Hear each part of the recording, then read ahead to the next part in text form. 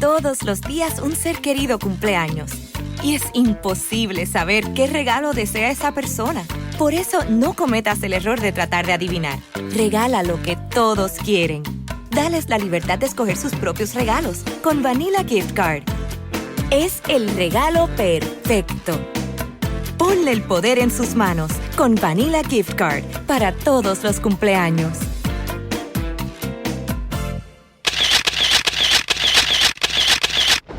Estamos en Bonita Radio. Esto no es un cuento. Esta es la verdad. En breve, la periodista Carmen Enita Acevedo estará con ustedes. Síguenos en todas nuestras plataformas: YouTube, Instagram, Facebook, X, Spotify, iVoox y iTunes. Agradecemos a nuestros auspiciadores. Cooperativa Seno Gandía, 70 años sirviendo bien. Vega Coop, de tu lado, siempre. Vanilla Gift Card. Apoya el periodismo independiente. Puedes donar en nuestra página de internet bonitaradio.net o periodismosiglo21.com a través de PayPal o tarjetas de crédito. También puedes visitar ATH Móvil Negocios y donar a Bonita Radio o a Periodismo 21. Puede enviar un cheque o giro postal a nombre de Periodismo 21, PMB número 284, P.O. Box 194000, San Juan, Puerto Rico 00919-4000. Con ustedes, la periodista Carmen Enita Acevedo, en directo desde el estudio Roberto el Indio Acevedo.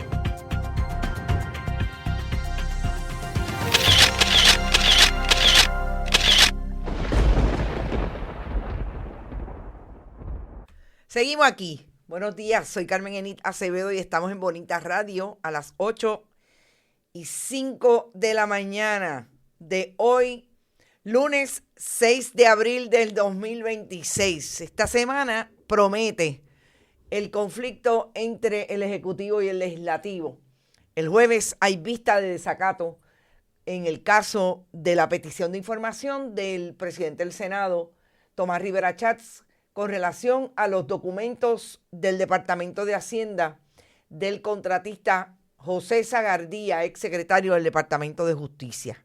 Vamos a ver qué pasa en esa vista. Vamos a hablar un poco sobre el contexto y sobre todo vamos a hablar de Estados Unidos, lo que ha pasado en estos días en que el presidente Donald Trump decidió sacar al jefe del Estado Mayor, al jefe del Estado Mayor, el que estaba corriendo la guerra contra Irán, contra lo que está pasando en términos de estabilidad en la milicia estadounidense y dónde está el gobierno de Estados Unidos con relación además al presupuesto, que quiere insistir en que el nuevo presupuesto sea nada más y nada menos que un aumento de 1.3 trillones a la milicia versus lo que haría con todos los programas sociales, incluidos los fondos de salud, de vivienda y aquellos que van a paliar la crisis económica de las clases marginadas. Vamos a hablar de Estados Unidos. En Puerto Rico, lo que está pasando que no cuadra con la gasificación, aunque podríamos decir que puede cuadrar dependiendo de cómo se miren las ejecutorias del gobierno de Jennifer González.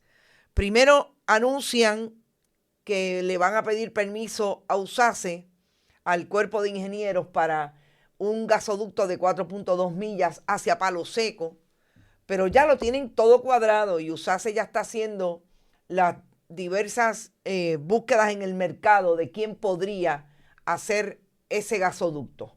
La gasificación con Jennifer González vino en bolines y vamos a hablar sobre eso. Y definitivamente, como último, quiero volver a la historia de aquel narcotraficante que en el 2022 trajéramos la información de lo que estaba cocinándose en Canadá mientras un narcotraficante de ese país huyó a Puerto Rico, estuvo prófugo 10 años en Puerto Rico, y cuando lo arrestaron nos dimos cuenta que era un allegado a la fortaleza de Pedro Pierluisi. Y es importante que traigamos el contexto, sobre todo porque las últimas palabras cuando lo sentenciaron el pasado 1 de abril, Vincent Connor DeMont dijo en la corte que en los últimos 10 años, es decir, cuando estuvo en Puerto Rico, había sido allegado a políticos y a líderes comunitarios y que se estaba portando súper bien. No dijo quiénes eran los políticos, pero nosotros desde el 2022 tenemos incluso hasta un video de cuando Vincent O'Connor llegó a la fortaleza ese día de febrero, en que tenía un trabajo allí con relación a los panales de abejas que hacía desde una organización sin fines de lucro. Vamos a ustedes, espero que hayan súper descansado. Yo descansé. Vengo, ahora digo yo, en bolines. Tengo mucho trabajo, tenemos muchas investigaciones corriendo y va a ser interesante lo que va a pasar esta semana.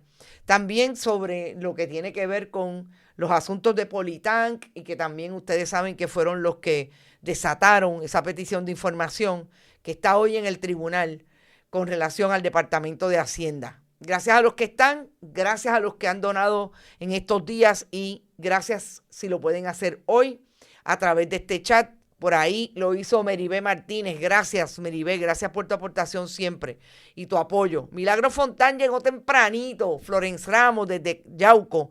Madeline Rivera Ramos, Adalberto Ramos, J. Jiménez, Luz Díaz. Mi amiga Luz Díaz desde Winter Garden está por ahí. Julia Rodríguez, Nelson Guzmán, Gilda Rodríguez, Gabinario.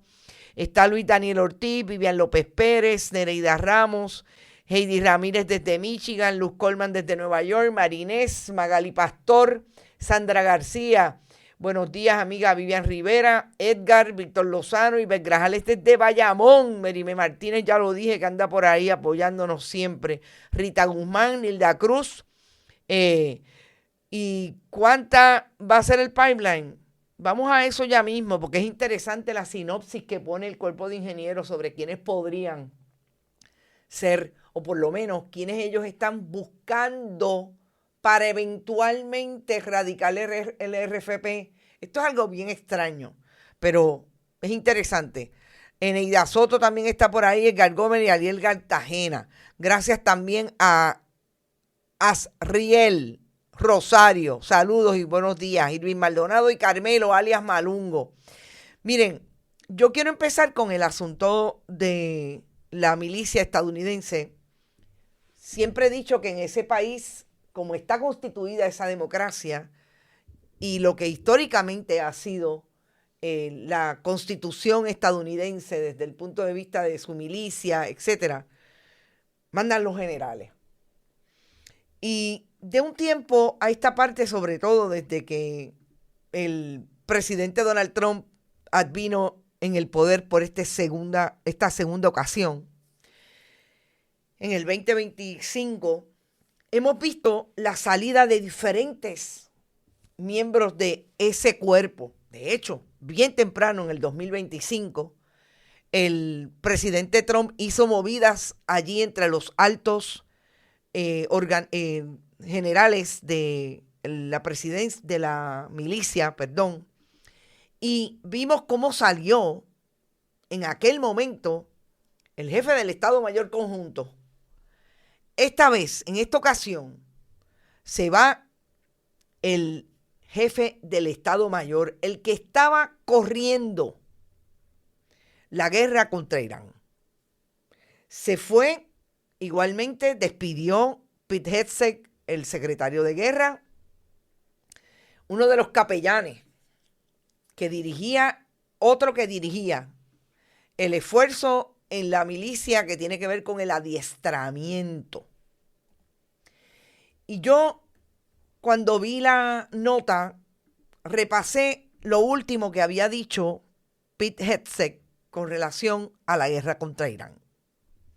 Primero, que utilizaron la Semana Santa para traer él específicamente mensajes de Dios como si estuviéramos hablando de que en efecto lo que dirige la milicia estadounidense es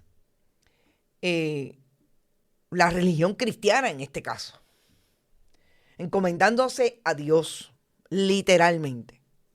Despide u obligó, y es un despido, al retiro inmediato al jefe del Estado Mayor, Randy George, y despidió a otros 2 generales, entre ellos el mayor general, jefe de los capellanes, William Green, y el comandante del Comando de Transformación y Entrenamiento del Ejército, el general David Horn.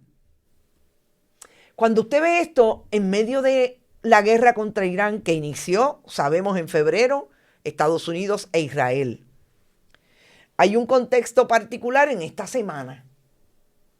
Y es precisamente que Estados Unidos ha tenido bajas de por lo menos 2 helicópteros Tomahawk, un avión caza, otro avión F-15, todas producciones bélicas de esa infraestructura y parafernalia de alta tecnología, que en efecto, aparentemente, 2 pilotos, solamente hay uno desaparecido, se cree que fue capturado por el ejército de Irán, y los otros 2 fueron rescatados por la propia milicia estadounidense. Y ese contexto yo creo que da no solamente una línea bastante clara de lo que pretende el protagonista del entretenimiento, porque eso fue lo que fue Pete Hegseth antes de ser secretario de guerra. De qué manera se construye en este momento y se dirige la milicia de ese país, que incluso el que fue por lo menos 11 veces combatiente de Estados Unidos en esa área del mundo, entre Siria y otros países, Joe Kent, que dirigió la oficina o el Centro de Contraterrorismo de Estados Unidos, donde se supone que estaba la información que justificaba la intervención militar de Estados Unidos en Irán con Israel. Y Joe Kent ha dicho y ha seguido manteniendo su ritmo de participar en entrevistas con periodistas, que no es cierto que había una amenaza. Ese es el contexto de todo lo que está ocurriendo en Estados Unidos y que ocurrió en los últimos días de la Semana Mayor. Pero cuando vemos eso, también vemos que el presidente de Estados Unidos trae todo cimentado en lo mismo. ¿Cuál es su política pública? Que la vimos en letra, la vimos en diferentes imágenes, en las manifestaciones y en las decisiones que ha tomado Donald Trump desde que llegó a la Casa Blanca, en el famoso Proyecto 2025. Lo que vino a privilegiar Donald Trump versus lo que esa nación en crisis esperaba que se hiciera por las propias palabras de Donald Trump, que establecía que iba a mejorar la economía porque él llegaba y que Estados Unidos iba a volver a tener balance económico para las clases menos privilegiadas. Y ese Proyecto 2025 está nuevamente en este presupuesto traído por Donald Trump, cuando dice que por lo menos, y este es el presupuesto que ya está radicado, gente, va a eliminar $5,000 millones al Instituto Nacional de Salud. Eso destruye los proyectos de investigación. $10.7 mil millones en el área del Departamento de la Vivienda. 8.5 mil millones para los programas de el proyecto educativo hasta el grado 12.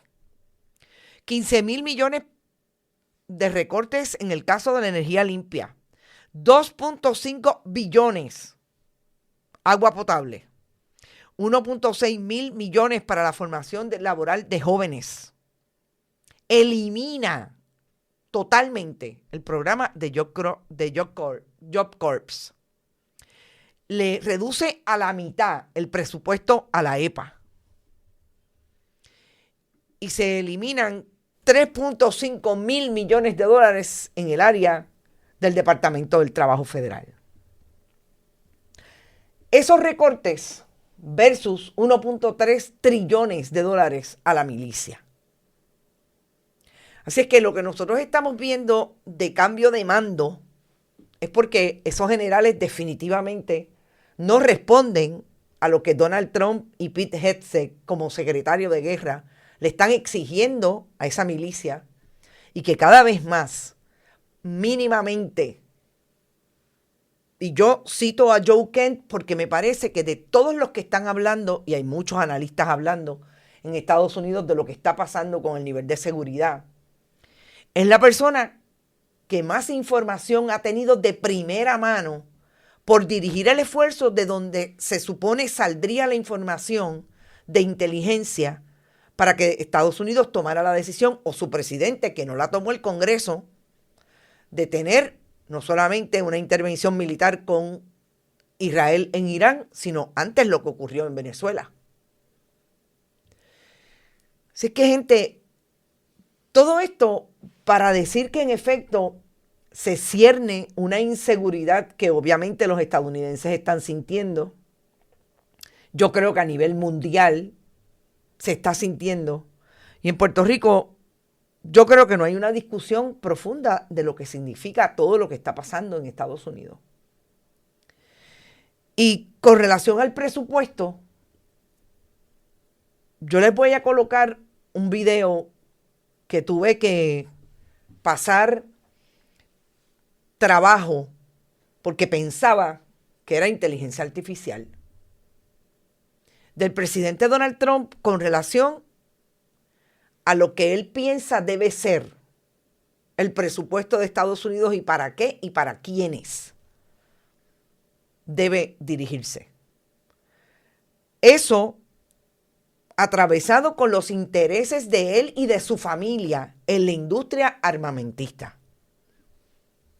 Vamos a escucharlo y regresamos al análisis.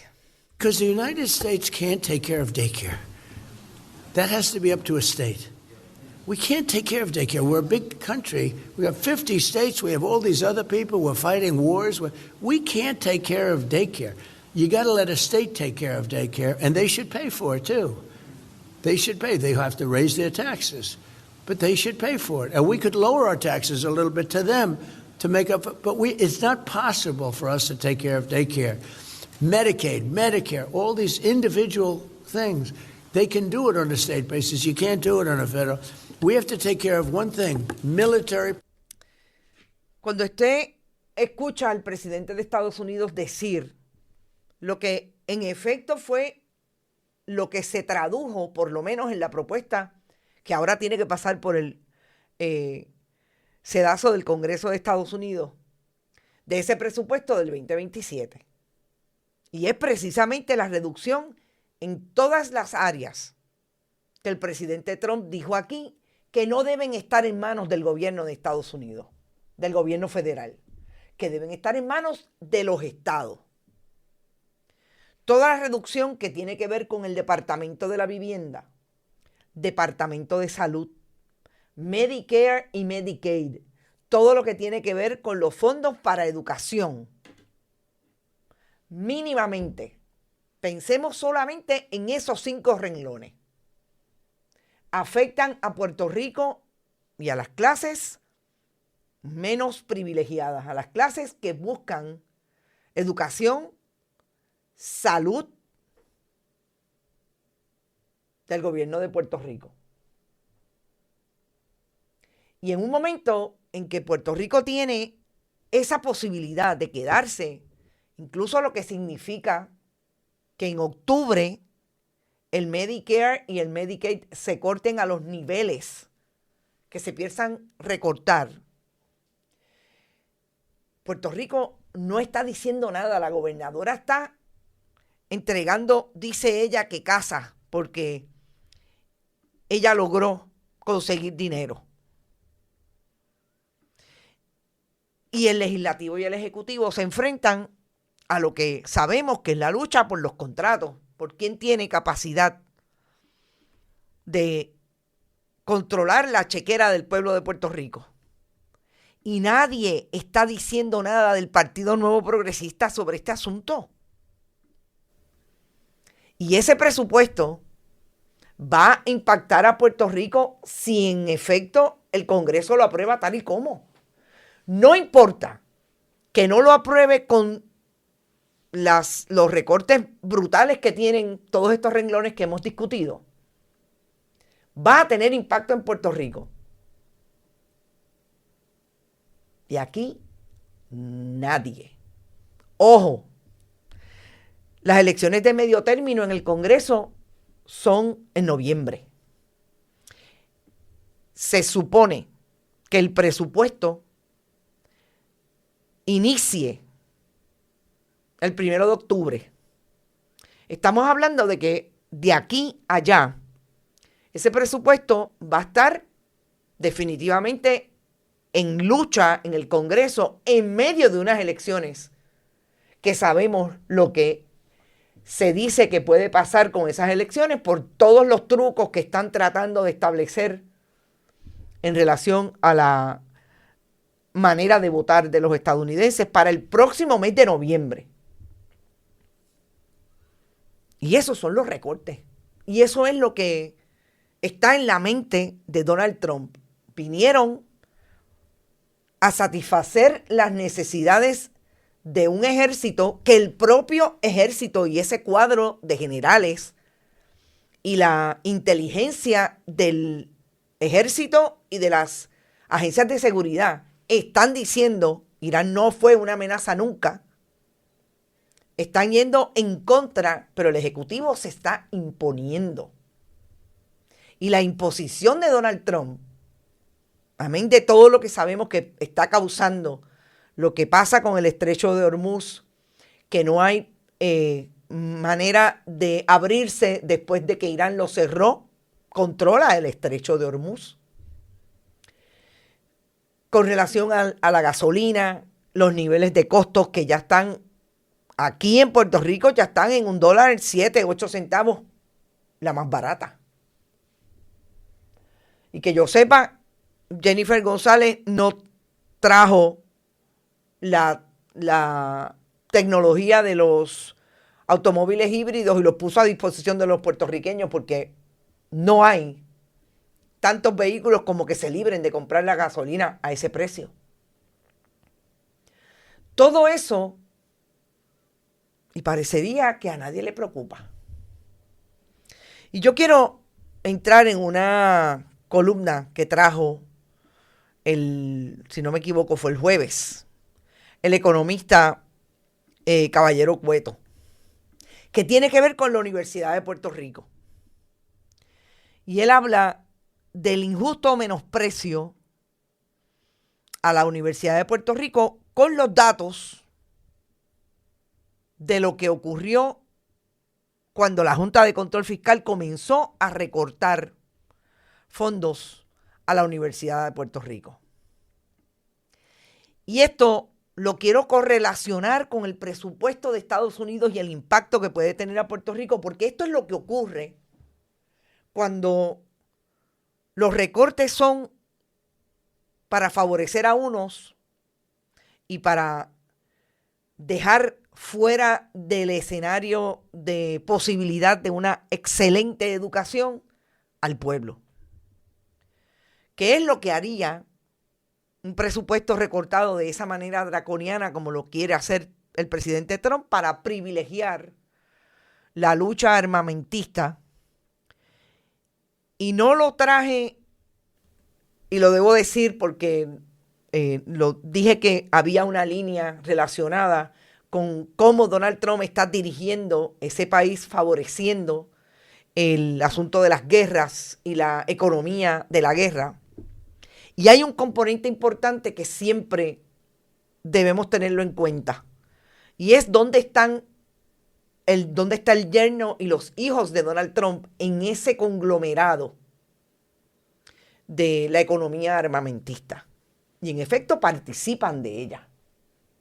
De hecho, cuando Donald Trump no había todavía anunciado que Estados Unidos participaría con Israel interviniendo contra Irán, ya su yerno y su hijo menor, estaban haciendo inversiones en compañías armamentistas por las cuales el hijo de Melania Trump tuvo una ganancia de $50 millones.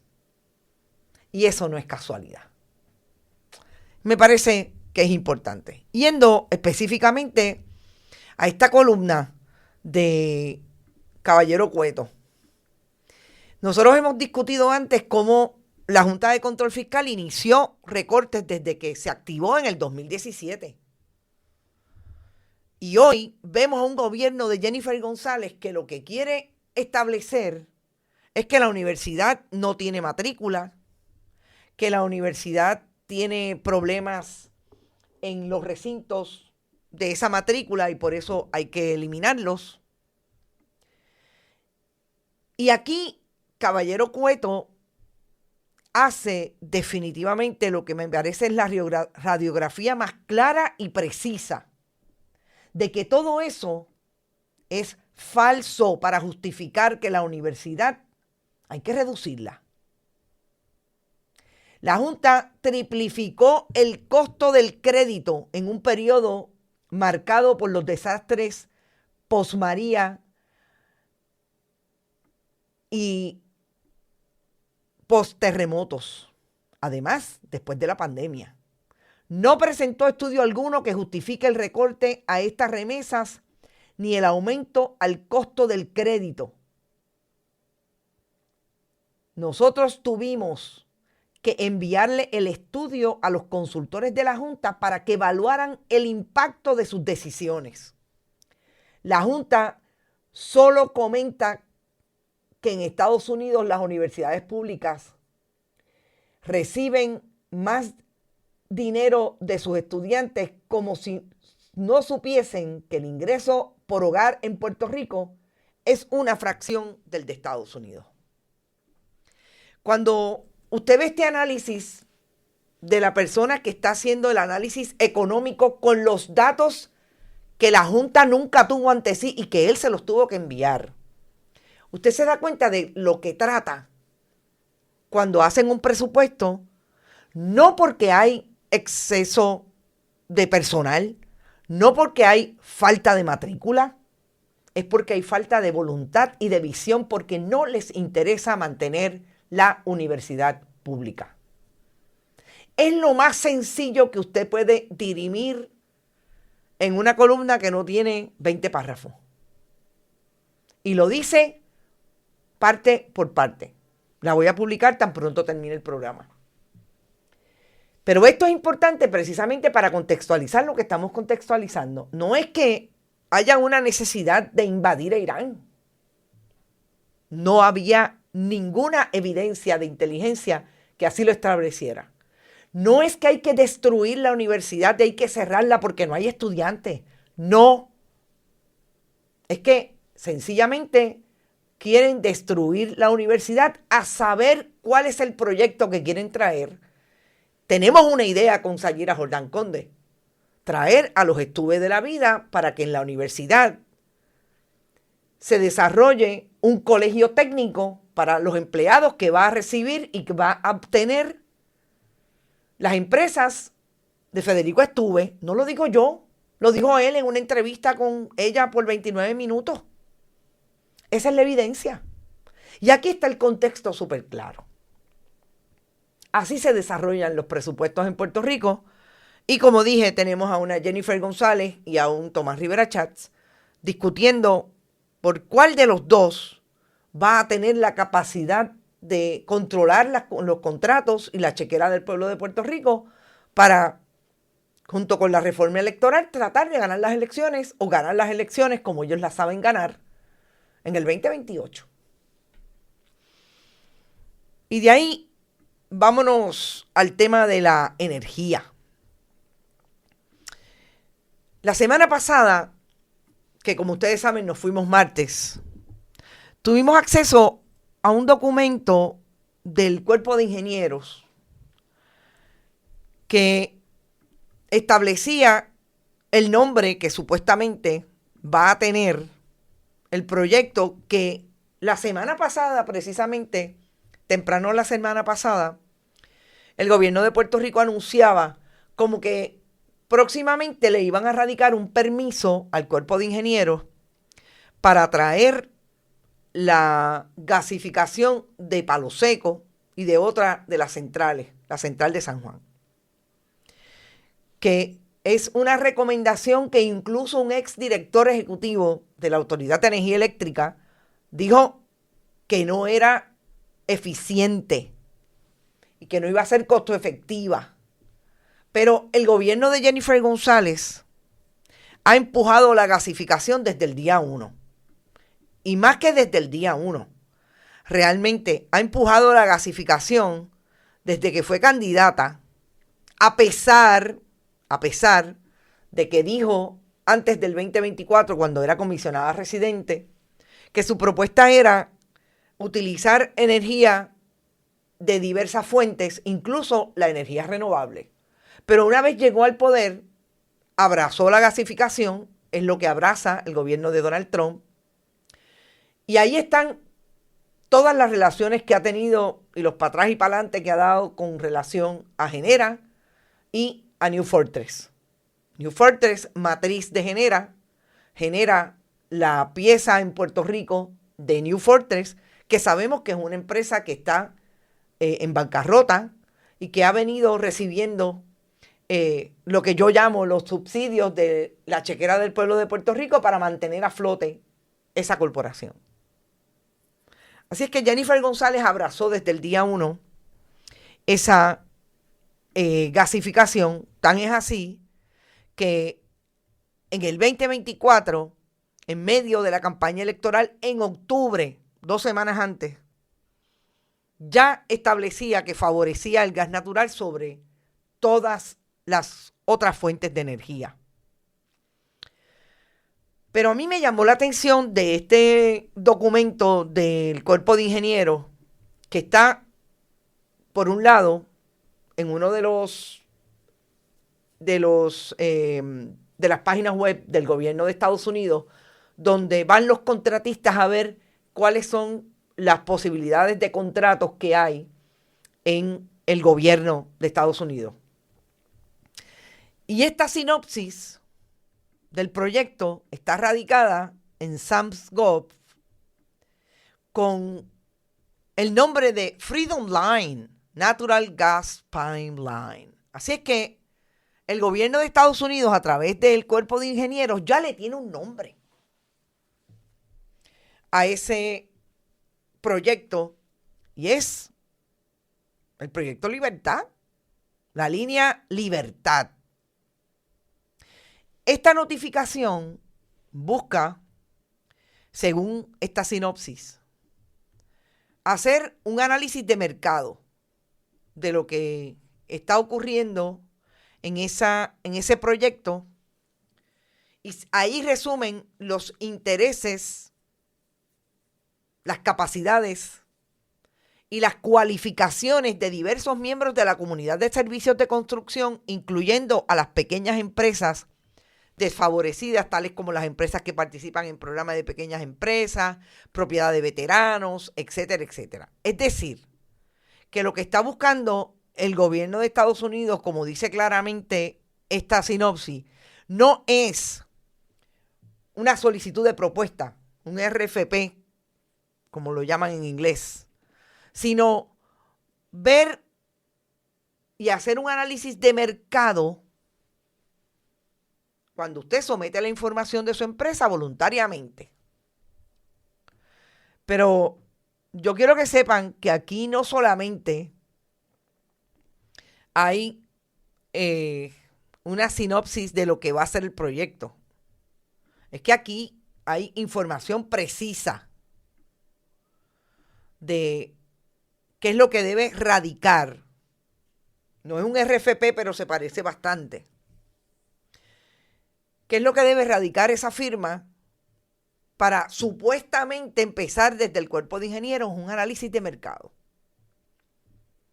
Ahí están todas las exigencias. Me llama la atención la tercera, que establece que la firma tiene que plantear o tiene que traer la capacidad del contratista en términos de la complejidad, incluir sus últimos 3 proyectos, ejemplos de los últimos 3 proyectos hechos durante los pasados 15 años. Es decir, tiene que tener evidencia. Que debe tener específicamente experiencia en el área de construcción de servicios de líneas de construcción de gas natural, de proyectos complejos de construcción en diferentes áreas del desarrollo urbano, etcétera, etcétera. Que no importa que sean pequeñas o grandes o medianos comerciantes o contratistas, tiene que especificar en qué renglón está de todas esas. Pues miren, va en bolines, como dije. Va bien adelante. ¿Y por qué digo esto? Porque la semana pasada a mí también me llamó la atención. Yo veo esto el jueves, pero la semana pasada la propia Mary Carmen Zapata y Josué Colón, que como sabemos, el SAR de Energía tiene un gran interés y es de los que mucho antes que la gobernadora lo dijera siendo gobernadora, no importa lo que ella haya dicho cuando estaba en campaña y a punto de ser gobernadora, pero ya el año pasado a Josué Colón le dieron un tapaboca cuando habló de la gasificación y del gasoducto para Palo Seco y para la Central de San Juan. La gobernadora le dio un tapaboca entonces, pero ahora,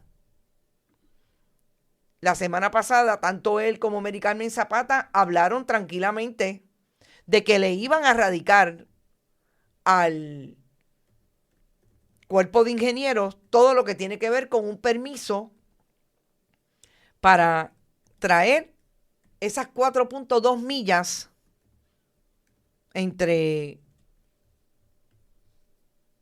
el gasoducto, de gasoducto hacia Palo Seco. Y entonces, ¿cómo es que ellos no le han radicado un permiso? Y ya dice el cuerpo de ingenieros que quiere información. ¿Cómo es que no hay nada hecho todavía? No hay un permiso radicado. Y ya lo está trayendo así la Autoridad de Energía Eléctrica, Mary Carmen Zapata y José Colón. El pasado 1 de abril lo dijeron con todas las letras.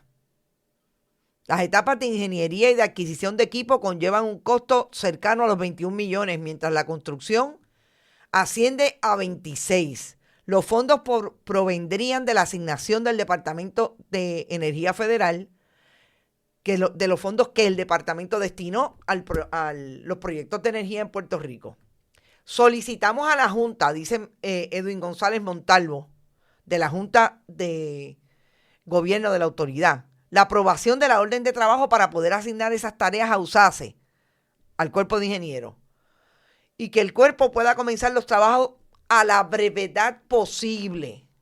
Entonces, ustedes me dicen que ellos no han radicado el permiso, pero ya USACE está haciendo un análisis de mercado para atraer, pero todavía el permiso no está radicado. Y precisamente esa es una de las preocupaciones que trae hoy en una historia del compañero Manuel Guillama, el economista Sergio Marzuach, director de política pública del Centro para la Nueva Economía. Aquí hay unos requisitos de notificación y lo que me preocupa es que no he visto en ninguno de los casos nada del gobierno de Puerto Rico. Notificación, las partes, ya los grupos ambientalistas dijeron que se oponían y tienen unas preocupaciones. Organizaciones como Cambio ha dicho cuáles son esas preocupaciones. Pero todo está adelante y los permisos van atrás. Esto se me parece a todo lo que ocurre cuando los donantes del gobierno de Puerto Rico, de los partidos políticos, llegan primero y los permisos llegan después.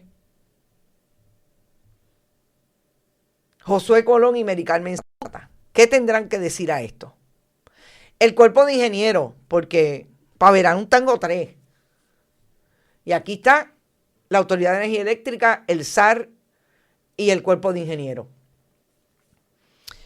Cuando yo les dije que hay evidencia documental de ese pedido de información, como les dije, en SunGulf, Freedom Line Natural Gas Pipeline. Aquí está. Quiero que sepan que esto tienen que erradicarlo en o antes del 6 de abril, es decir, hoy. Hoy, ¿ustedes saben cuándo lo publicaron? El 30 de marzo. Y hoy a las 12 de la noche, todo el que quiera, y obviamente habrá mucha gente, hay que ver, como dice Rita, yo no sé si es cuánta. Yo no sé si es una filial de New Fortress, otra. No sé, no sabemos todavía. Pero todo pinta. Si madura como pinta, estaremos viendo, porque cuando busquemos la información, la encontraremos. Pero, como digo, importante. Aquí, una de las personas que ha hablado de gasificación con todo el interés del mundo ha sido Josué Colón.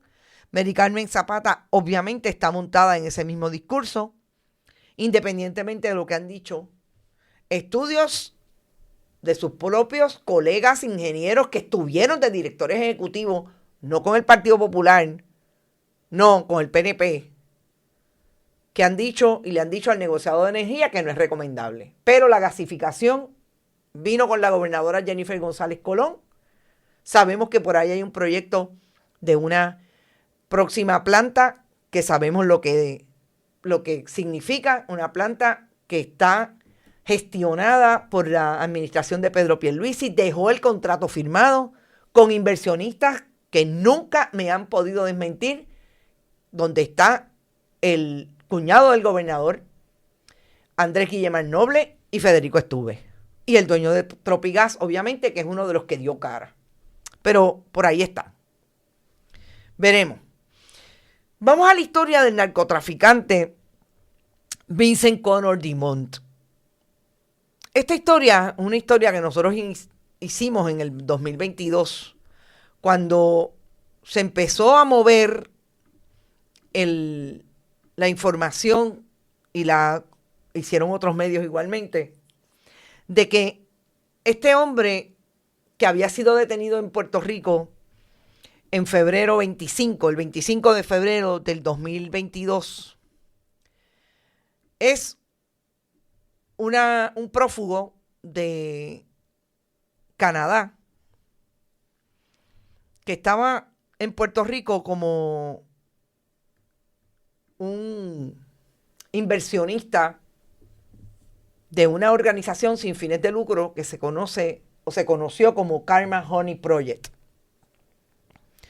Y en aquel momento, la información que nosotros teníamos y que tenemos hoy, seguimos teniendo hoy, es que, en efecto, Karma Honey Project, que se ubicó en el área de Canóvanas, era una organización que incorporó una mujer, una estadounidense, que en aquel momento se fue en brote porque cuando lo arrestaron, ella decía que nunca supo que él tenía ese perfil, ni conocía sus antecedentes penales. Era prófugo en Puerto Rico, aparentemente desde el 2016. era el 2022. Y en el 2022, cuando fue detenido, había llegado a la fortaleza. Pues Vincent Connor Dumont fue sentenciado el pasado 1 de abril a 15 años de cárcel cuando hizo alegación de culpa por una conspiración en medio de una organización de narcotraficantes para dar información que condujo al asesinato de 3 hermanos. Y este hombre llegó a estar en la fortaleza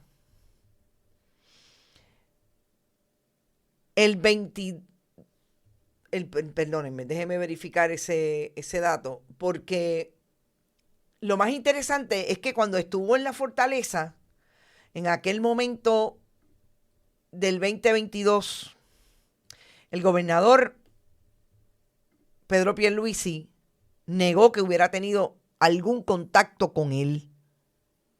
Él fue arrestado el 25 de febrero en Puerto Rico. El 17 de febrero del 2022 estuvo en la fortaleza con un apicultor posando como Jonathan Williams, un apicultor que también trabajaba o hacía proyectos para Karma Honey Project. Y fueron allí a trabajar un panal de abejas que había en la fortaleza. Cuando lo arrestaron 7 días más tarde, yo recuerdo que lo arrestaron en Isla Verde. Yo recuerdo que Pedro Pierluisi dijo que él no conocía a ese narcotraficante. Yo quiero que ustedes sepan que esta persona peleó su extradición a Canadá, que inmediatamente que fue arrestado en Puerto Rico, por una ley de tránsito. Nunca, a mí, por lo menos a mí, me quedó claro si esta persona fue arrestado por alguna información, nunca quedó claro. Supuestamente por una ley de tránsito, y finalmente, cuando fue detenido, salió toda la información de que era una persona requerida en el Distrito de Columbia, en British District Columbia en Canadá, porque era parte de una ganga y se había fugado y había huido de Canadá, de las autoridades, en medio de una investigación que lo colocaba como quien había conspirado, dándole información a otra ganga de narcotraficantes para eliminar estas 3 personas. Él peleó la extradición, pero en un momento dado se venció, dejó sin efecto incluso un habeas corpus que radicó, y fue trasladado a Canadá, y allí fue sentenciado el pasado 1 de abril. Lo más importante para mí de esta detención es que hay unas declaraciones que él hace. De hecho, él se dirigió a la corte cuando fue sentenciado, que dice que en los pasados 10 años él estuvo colaborando con políticos y con líderes comunitarios para, por ejemplo, he vivido una vida tranquila y productiva trabajando mano a mano con políticos y líderes comunitarios, dedicando mi tiempo y esfuerzo a iniciativas sociales positivas, trabajando para alimentar a las familias, construyendo proyectos agrícolas y de centros comunitarios y ayudando a niños necesitados. Cuando él hace esta revelación, no identifica a los políticos. Pedro Pierluisi siempre ha dicho que él no conoció a esta persona. Salió un comunicado de prensa en febrero del 22, agradeciendo incluso el propio gobernador a Karma Honey Project por su apoyo a este panal de abejas en la fortaleza. No todo el mundo llega a la fortaleza.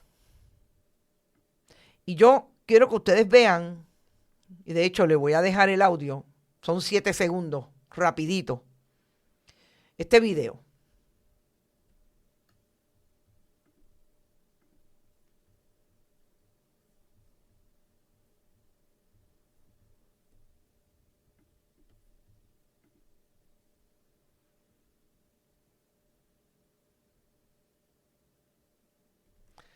Fíjense como el estadounidense que está hablando aquí, que es el que entra a la fortaleza ese 17 de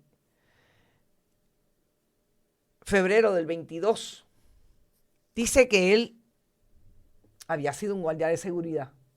Esto fue cuando entró Karma Honey Project y Jonathan Williams, entonces, que después supimos el 25 de febrero, que era Vincent DeConnor DeMont.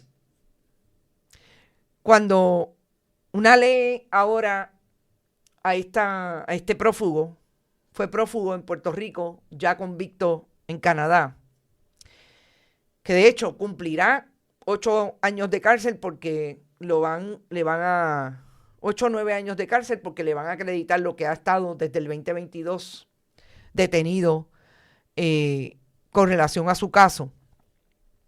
Uno recuerda siempre cómo los gobiernos del Partido Nuevo Progresista, en este caso cuando era gobernador Pedro Pierluisi, pero antes cuando era presidente del Senado Tomás Rivera Chats y era gobernador Luis Fortuño, entraron a la fortaleza, aquí, a las cárceles de Puerto Rico porque entraban a las oficinas de los legisladores del Partido Nuevo Progresista en la legislatura, los narcotraficantes, en este caso de Carolina, José Coquito López.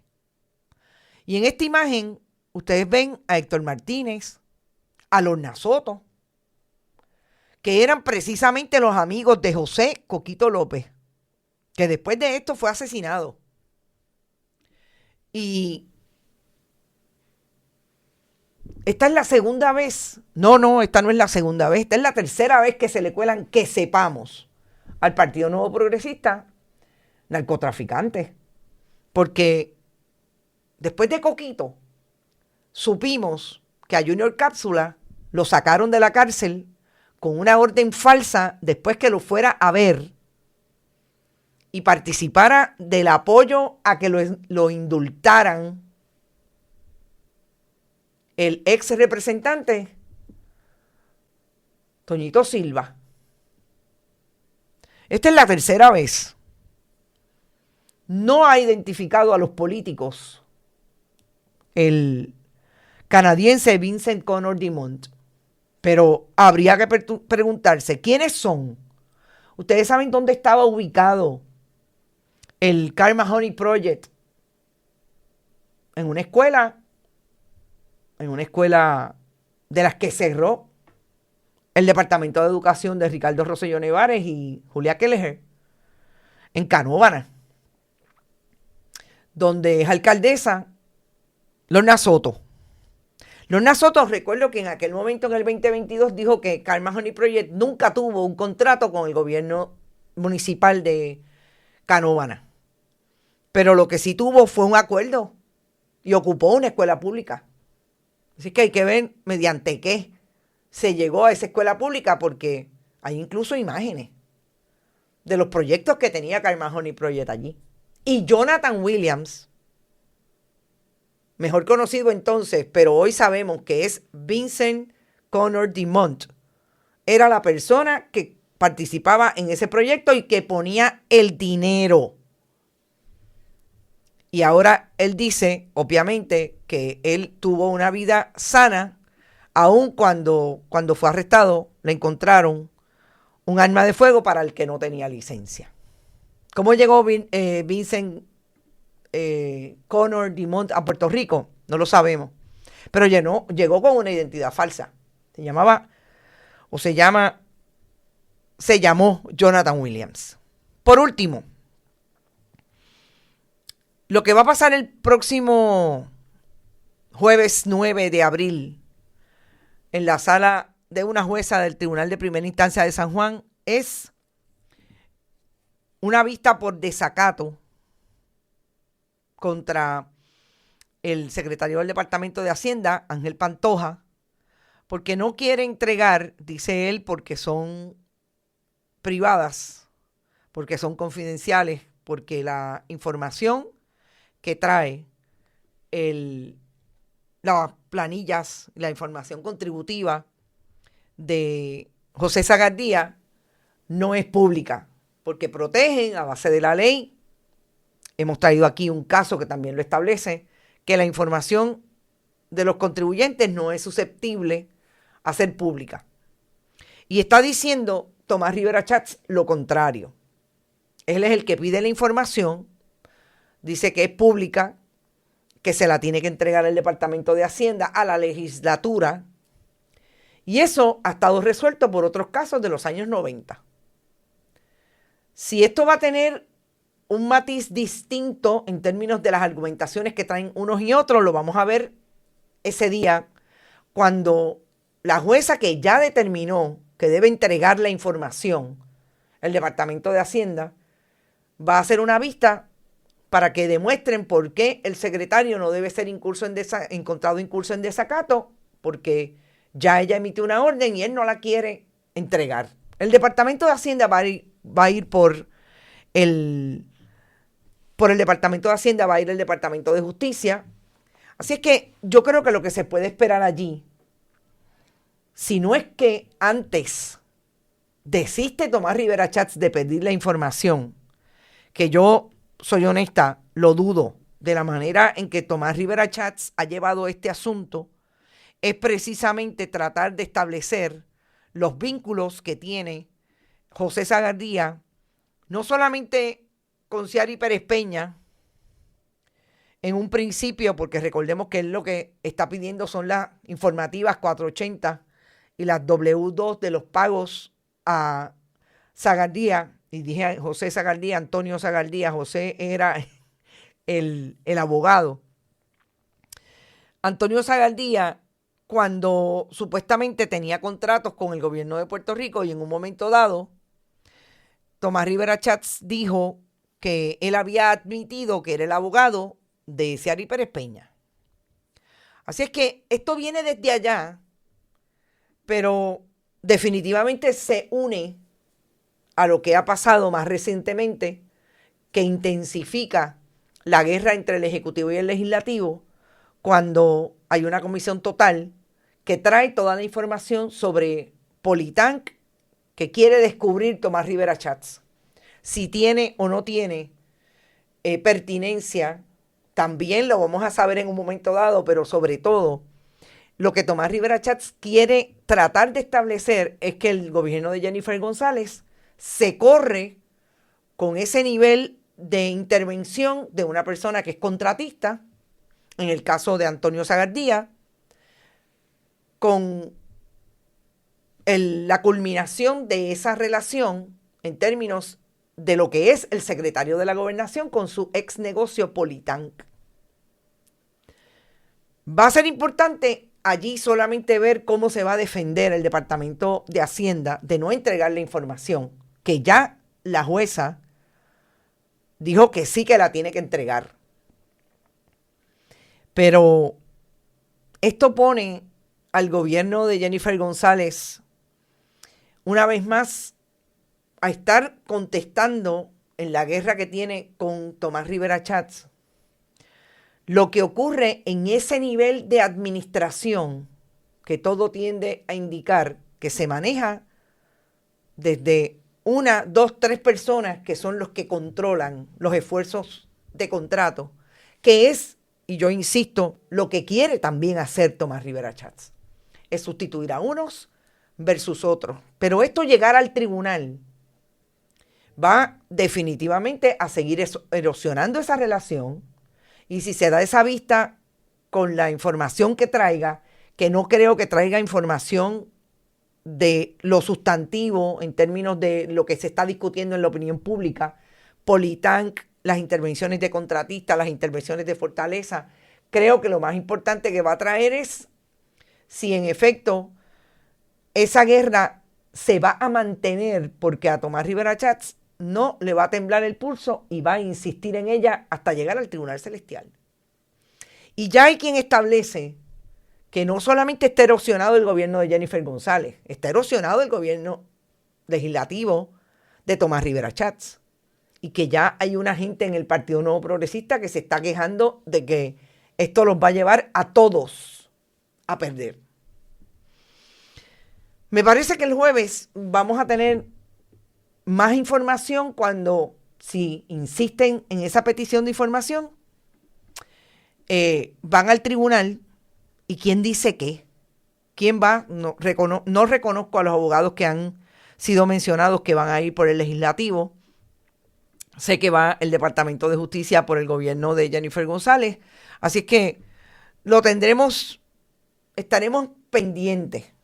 Ahora, ustedes están comentando el asunto de la intervención que tuvo en un momento dado el gobierno de Tomás Rivera Chats, aunque era minoría. Bueno, era mayoría cuando obviamente la acusaron a Mariana Nogales Molinelli. Yo creo que si algo va a ser importante para el contexto, la discusión pública de este asunto de las planillas de Antonio Sagardía va a ser precisamente el caso de Mariana Nogales. Porque desde el día 1 nosotros vimos cómo Tomás Rivera Chats sacó información del Departamento de Justicia, de Hacienda, que en aquel momento dirigía Francisco Pareja Licea, para traerlo a la palestra con relación a Mariana Nogales. Sí, en efecto, era minoría. Él lo que quería era sacarla del medio. Y vimos como el gobierno de Pedro Pierluisi y el FEI fueron hasta las últimas consecuencias y perdieron todo contra Mariana Nogales. Así que hay que ver. Y yo soy de las que creo que Tomás Rivera Chats está pidiendo, pero él tiene la información. Él tiene las 480. Él sabe lo que dice. No por eso salió al otro día de pedir la información diciendo que ya Antonio Sagardía estaba enmendando las planillas. Pónganlo en la nevera. Nos fuimos, gente. Gracias por estar, gracias por regresar descansados, más o menos. Yo hago lo propio. Esta semana es semana de investigación igualmente. Estaremos pendientes a esos asuntos que queremos ver y en vistas públicas, porque esa vista yo estoy segura que la van a transmitir. Así es que no se olviden, pueden donar siempre a nuestro proyecto a través de este chat, siempre que estemos en vivo. También lo pueden hacer a través de bonitasradio.net y fundacionperiodismo21.com. Siempre en ATH Móvil, Periodismo 21 y Bonitas Radio. Y también enviar cheques o giros postales a nombre de Onda Virtual o de Periodismo 21 a PMB 284, PO Box 194000, San Juan, Puerto Rico, 00919-4000. Saben que siempre estamos aquí pendientes a nuestros contenidos y nos vemos mañana. Si hay algo importante, salimos en breve. Gracias, que la pasen muy bien. Buen inicio de semana. Este programa fue traído a ustedes por Cooperativa Seno Gandía, 70 años sirviendo bien. Vega Coop, de tu lado, siempre. Vanilla Gift Card. Y no olvide apoyar el periodismo independiente. Visite nuestras páginas bonitasradio.net o periodismosiglo21.com y donar a través de PayPal o tarjetas de crédito. También puede visitar ATH Móvil Negocios y donar a Bonita Radio o a Periodismo 21.